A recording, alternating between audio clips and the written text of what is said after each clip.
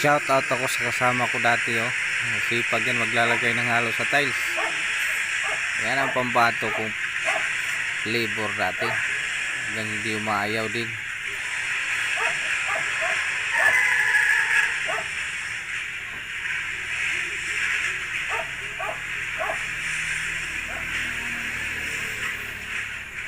Si Roho na lang yan mga idol, si Roho. Babalik ko lang yung mga dati kong mga video nang hindi pa uso yung pagre-reels pag content creator na yan. Dati na akong